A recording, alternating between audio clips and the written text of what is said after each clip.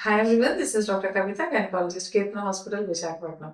ఈరోజు మన ఛానల్లో ఒక ఫాలోవర్ యూట్రైన్ ఆర్టరీ డాక్టర్కి రిలేటెడ్గా చేసిన వీడియోలో ఒక కామెంట్ పెట్టారు. సో సరోజిని గారి డౌట్ క్లియర్ చేయడం కోసం ఈ వీడియో చేస్తున్నాను. సరోజిని గారు, మీ కామెంట్ చూసిన తర్వాత అర్థమైంది ఏంటంటే, మీరు పెట్టిన మెసేజ్లో మీకు 3 రిస్క్ ఫ్యాక్టర్స్ ఉన్నాయని తెలుస్తుందండి.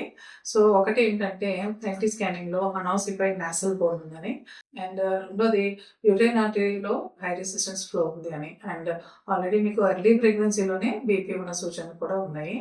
అనాసిఫైడ్ నాసల్ బోన్ ఉండడం వల్ల మీ బేబీకి కొంత జన్యుపరమైన లోపాల రిస్క్, ప్రత్యేకించి డౌన్ సిండ్రోమ్ లాంటి ప్రాబ్లమ్స్ వచ్చే రిస్క్ అనేది కొంత ఎక్కువగా ఉండొచ్చు.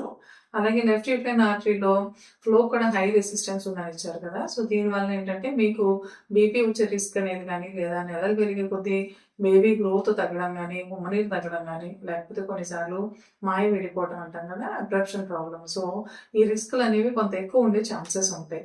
అలాగే చాలా ఎర్లీగా మీకు అంటే ఇప్పుడు 4th మంత్ వస్తుందేమో కదా. సో బీపీ కూడా 130/90 ఉందని ఇచ్చారు. సో ఇంత ఎర్లీగా బీపీ రావడానికి కొన్నిసార్లు ఆటో ఇమ్యూన్ డిజార్డర్స్ అంటాం. అంటే anti nuclear antibodies, anti phospholipid antibodies అనేవి పాజిటివ్ ఉండొచ్చు. సో ఇవన్నీ చూసిన తర్వాత ఏంటంటే, కంపారిటివ్గా నార్మల్ ప్రెగ్నెంట్ లేడీస్ కన్నా కూడా మీకు కానీ, మీ బేబీ కానీ ఈ ప్రెగ్నెన్సీలో కాంప్లికేషన్స్ వచ్చే రిస్క్ అనేది కొంచెం ఎక్కువగా ఉంది. అందువల్ల మీరు హై రిస్క్ ప్రెగ్నెన్సీ కేటగిరీలోకే వస్తారు. బట్ హై రిస్క్ ప్రెగ్నెన్సీ అన్నంత మాత్రాన కంపల్సరీ మీకో బేబీకో ప్రాబ్లం అవుతుందని కాదు. కానీ మీరు ఏంటంటే కొంచెం కేర్ఫుల్గా మానిటరింగ్ అనేది చేసుకోవాల్సి ఉంటుంది. ఈ అనాసిఫైడ్ నాసల్ బోన్ గురించి అయితే కనుక కొంత డీటెయిల్గా జెనెటికల్ ఇవాల్యుయేషన్ అనేది చూసుకోవాలి. అంటే కంబైన్డ్ స్క్రీనింగ్ లాంటివి చేయించుకుంటూ ఉండాలి. అండ్ అవసరమైతే ఆమ్నియోసెంటసిస్ కానీ, ఎన్ఐపిటి లాంటి టెస్ట్ అనేవి చేయించుకోవాల్సి ఉంటుంది. అదే మీకు బీపీ వచ్చే రిస్క్, బేబీ అనేది గ్రోత్ రిటార్డేషన్ రిస్క్ ఉందా లేదా అనేది రెగ్యులర్ ఫాలోఅప్స్లో బీపీ ఎలా ఉందనేది చెక్ చేసుకుంటూ ఉండాలి. అలాగే ప్రతి 4 వారాలకు ఒకసారి బేబీ వెయిట్ అనేది ప్రాపర్గా గెయిన్ అవుతుందా లేదా, బేబీ బ్లడ్ సర్క్యులేషన్ ఎలా ఉంది, ఉమ్మనీరు ఎలా ఉన్నాయి అనేది చెక్ చేసుకుంటూ ఉండాలి.